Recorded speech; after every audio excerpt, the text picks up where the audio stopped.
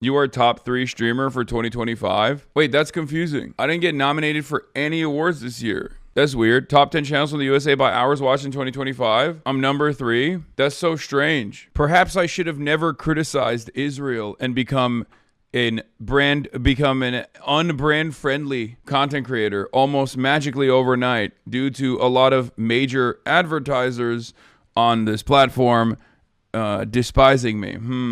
I thought motherfuckers were saying I fell off. Yeah, brand foe. That's true. Bro, who cares? I made up a award show with no recognition. Wait, what? No, I wasn't even talking about the streamer awards. I was just talking about award shows in general.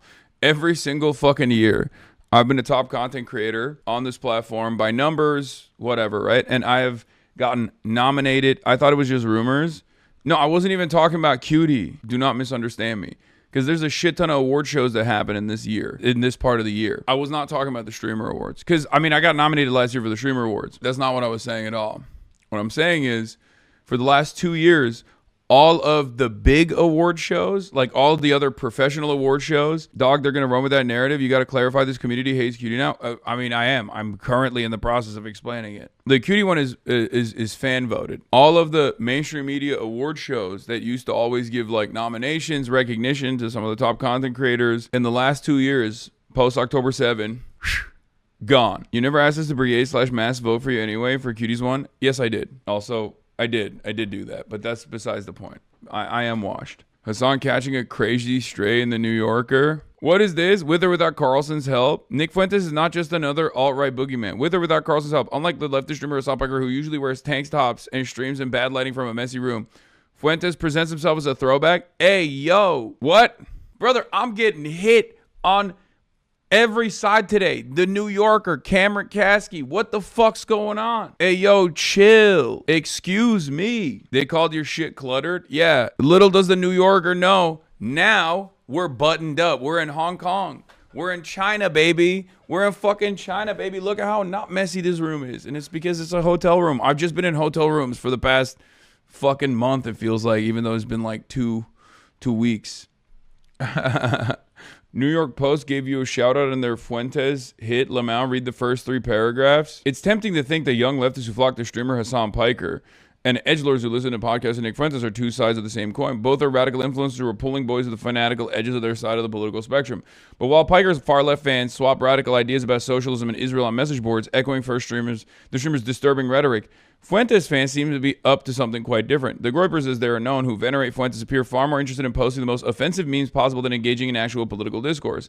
They are spraying an indiscriminate fire hose of offense wherever they possibly can in a cathartic rebellion against the politically correct culture they grew up in. I like that this is unironically presenting Nick Fuentes as a better, more positive figure than someone like myself because of my worldview. Because the reality of the matter is, from the New York Post perspective, Nick Fuentes unironically is a lot closer to their worldview than someone like myself. These guys find themselves far closer to Nazi shit, and the only reason why they're against the Nazi stuff now is because the Nazis are openly being anti-Semitic, and these guys actually are almost duty-bound to defend the nation state of Israel, which happens to be an ethno-state. So for that reason, they're like, you know, we really like the crazy anti-woke stuff, but you went a little too far. You can't be doing that to Jews. I mean, what are we doing here? Hello? Like, this is so funny because it's terrifying, but it's just basically a bouldering, towering force of reactionary ideology that is virtually impossible to get ahead of, right? The president is angered by a Washington newspaper's report saying that some Democratic lawmakers released a video urging members of the military to ignore unlawful orders. In fact, look at this. Trump said on Truth Social this morning, "This is really bad and dangerous to our country. Their words cannot be allowed to stand. Seditious behavior from traitors. Lock them up." And then, a short time later, the president finished with this thought: seditious behavior, punishable by death.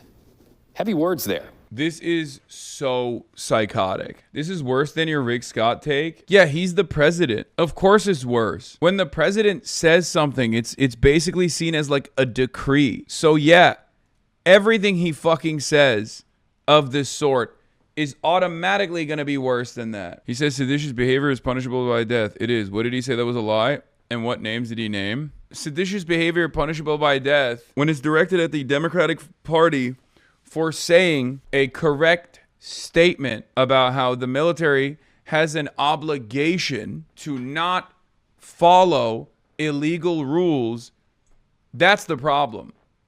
Because he's not talking about something that is actually seditious. I'll give you another example. Democrats have also talked about, explaining to people their rights against unlawful search and seizure. And ICE considers that to be a major problem. ICE gets very mad when Democrats like AOC explain to undocumented, documented migrants and also U.S. citizens what their rights actually are. Because ICE is in violation of those people's rights and their constitutionally protected liberties. So if Trump were to turn around and say, oh, it should be illegal to tell people what their rights are against unlawful search and seizures, punishable by death, because it's, treason, that would be fucked up on Trump's part, not on the part of people telling people what the laws are. The Democrats aren't doing anything wrong in this circumstance. They're not actually trying to foment seditious behavior. They're just telling the military what the actual laws are, what the actual rules are. This is taught in the military. You have no obligation to follow an unlawful order. You could be court-martialed, you could be tried, but ultimately, you will not be fucking killed or jailed indefinitely for refusing to follow an unlawful order. It's in the rules. So calling that out and informing people on this reality, on this rule itself, is not seditious behavior. If anyone is actually in violation of the rules, if anyone actually is trying to foment instability for no fucking reason, is Donald Trump. Speaker Johnson, the leader of the Republicans in the House, is also responding to this as well. When he was asked about the punishable by death part of the president's statement, he essentially said that the president was defining the crime of sedition. He then goes on to tell reporters. Trump was just explaining what sedition is and what the punishment is for sedition. That's all he was doing. Okay, but it doesn't fit in this circumstance. He wasn't randomly bringing this up. He was very obviously bringing this up specifically towards Democrats, saying it is seditious behavior, punishable by death, to tell the military what the rules are. It's fucking ridiculous. What is this? Another day in the greatest country on earth? Oh, fuck. That's sad. Man detained by ICE found dead, hanging with hands and feet tied. Attorney Newsweek. Mike Johnson defends Trump's sedition attacks on Democrats. Trump reposts call for Democratic members of Congress to be hanged. Trump does not want to execute members of Congress, White House says. Incredible. What a time to be alive. Greatest country on earth. I'm so glad that this is what we're doing. Folks, let me tell you how excited, how elated I am that this is what's going on in the United States of America instead of gay-ass bridges, bro. Why would anybody want to fucking build infrastructure? That shit is lame as fuck. High-speed rail, ISP bandwidth improvements. Why would you do any of that lame-ass bullshit when you could be talking about the president having a will they, won't they about executing the opposition party? Yeah, where are you going on that high-speed rail anyway? Your boyfriend's house to do butt stuff? Like, what are you doing, Top political streamer, by the way. What is this? RATSMANGOLD, too dumb and bigoted to know that these are Arabic numerals. Elementary school students to learn. Zoran Mandami is expected to require all New York elementary school students to learn Arabic numerals?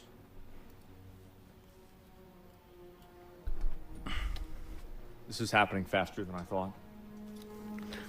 It's a joke. There's no way he's being sincere. It's bait. If you think this is real, like if you think this is his real response, and for those of you who don't know, Arabic numerals are, the numbers, okay? If you think that Asmongold is that dumb, you don't understand why I say he's a fucking grifter. Brother, Asmongold worked for the IRS. Like, yeah, he's not very knowledgeable about politics and shit, but he's not that stupid. He knows what Arabic numerals are. He's just fucking around. He's trying to bait people, most likely. Oh my God. You're not helping your case here, Hasan. My case with what? You expect too much of him? No, there were plenty who actually took that bait and took it sincerely. Bait into what? He's stupid. It doesn't matter if he's lying or not. No, he's baiting for his audience. He probably turned around after that clip was over and been like, see, they're going to clip this because they want you to think we're dumb. Okay, something along those lines. Or he's just faking it. He knows what fucking Arabic numerals are. I know he knows. There's two different issues. One, most people in his audience don't know that the numbers are just referred to as Arabic numerals because, you know, the Muslim world was responsible for the Arabic numerals, including the number 0 during the Islamic Golden Age. That's number one. Most people don't know that though, and it's a fucking joke that even Will and I have made, like all the way back in 2019, if you remember. It was also a joke on Veep as well, where the Hank Pecker character was frustrated about learning that there are Arabic numerals. Algebra sounds like Al-Qaeda to me. I saw a strange man writing Arabic numerals on a plane. He's a member of the terror group Algebra. What the hell is algebra? That don't sound a lot like Al-Qaeda. That's like 3 letters removed from Al-Qaeda.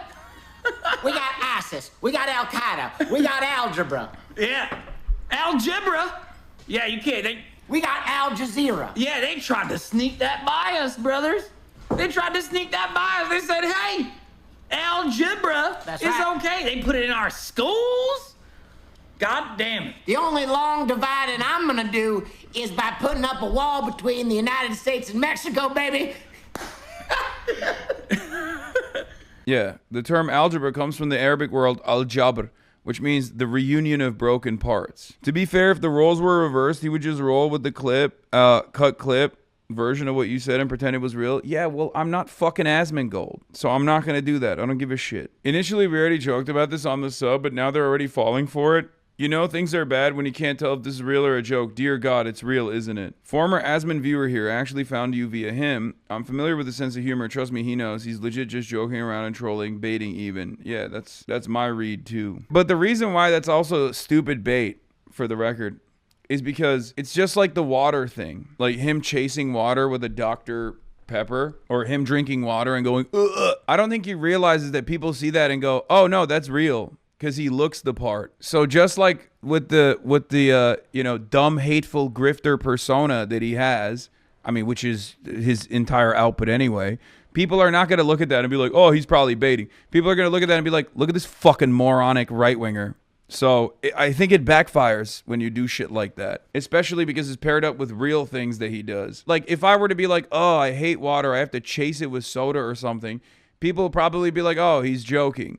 But that's because I don't have a fucking blood wall or a rat alarm clock, like a dead rat alarm clock, and live in mold or never shower, famously. My version of that is when I say something marginally positive about China and all hell breaks loose, you know, because the meta is I'm Chi-Com. I'm a Chi-Comrade. My version of that is when I say something like baity, or I say something like remotely positive about China or any of these countries, people go, oh, he wants to live in North Korea. Better question, why are you sticking up for him? I don't care if he's a grifter. I'm not sticking up for him. I'm sorry, guys. We got to do away with this mentality. I'm not fucking sticking up for HASAN. I'm sticking up for the truth. Jesus Christ, I don't give a shit. You guys need to stop doing this. Like if I offer a nuanced approach to a person who I consider to be an ideological opponent, that doesn't mean I'm sticking up for them. I'm just saying the truth. You need to stop